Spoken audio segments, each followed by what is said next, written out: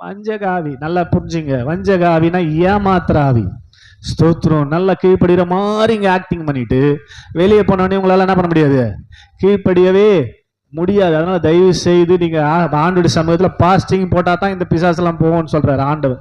ஸ்தோத்திரம். பாஸ்டிங் இஷ்டப்பட்டு துரத்துங்க, சீக்கிரம் ரகசிய வருகை இருக்குது.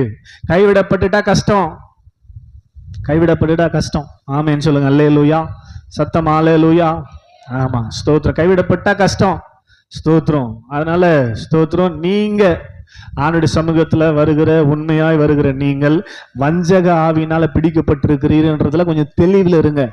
ஸ்தோத்திரம். உங்களை சத்தியாவி நடத்தவில்லைன்றத நம்புங்க. ஆமென். உங்களை சரி பண்ணுங்க. உங்க வீட்டை பத்திலாம் உங்களுக்கு கவலை வேணாம். ஸ்தோத்திரம். அவனவன் வாயின் பலனால் அவனவனை வயிறு நம்ம காப்பாற்றப்படணும். ஆமென். நம்ம காப்பாத்துறதை கேள்விக்குறியாக்குது. ஸ்தோத்திரம். அதனால நம்ம வீட்டை பத்திலாம் கவலைப்பட வேணாம். அவங்க ஆல்ரெடி கன்ஃபார்ம் டிக்கெட். ஸ்தோத்திரம். நரகத்து ரெடி ஆயிட்டாங்க, அவங்கள விட்டுருங்க. ஸ்தோத்திரம். நம்மளை காப்பாத்திக்கிறோம், நம்மளை காப்பாத்திப்போம். ஆமேன்னு சொல்லுங்க. அல்லேலூயா. சத்தமா சொல்லுங்க. அல்லேலூயா.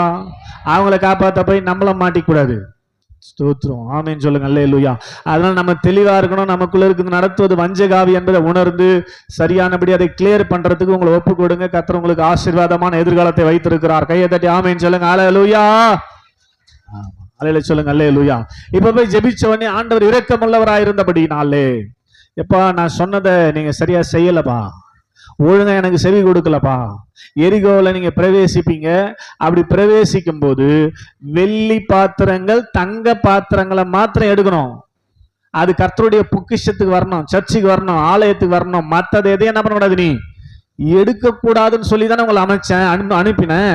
ஆனா உங்களில் ஒருவன் என்ன பண்ணிட்டான், சாதாரண ஸ்தோத்திரம் சால்வைய, ஸ்தோத்திரம் ஆமேன்னு சொல்லுங்க. அல்லேலூயா. ஒரு சால்வையை இச்சித்து எடுத்துக்கொண்டான்.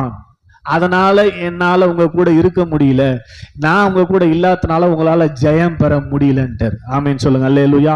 நல்லா நீங்க புரிஞ்சுக்கோங்க. அப்ப நாமும் தோல்வியை சந்தித்து கொண்டிருக்கிறோம். ஆமே.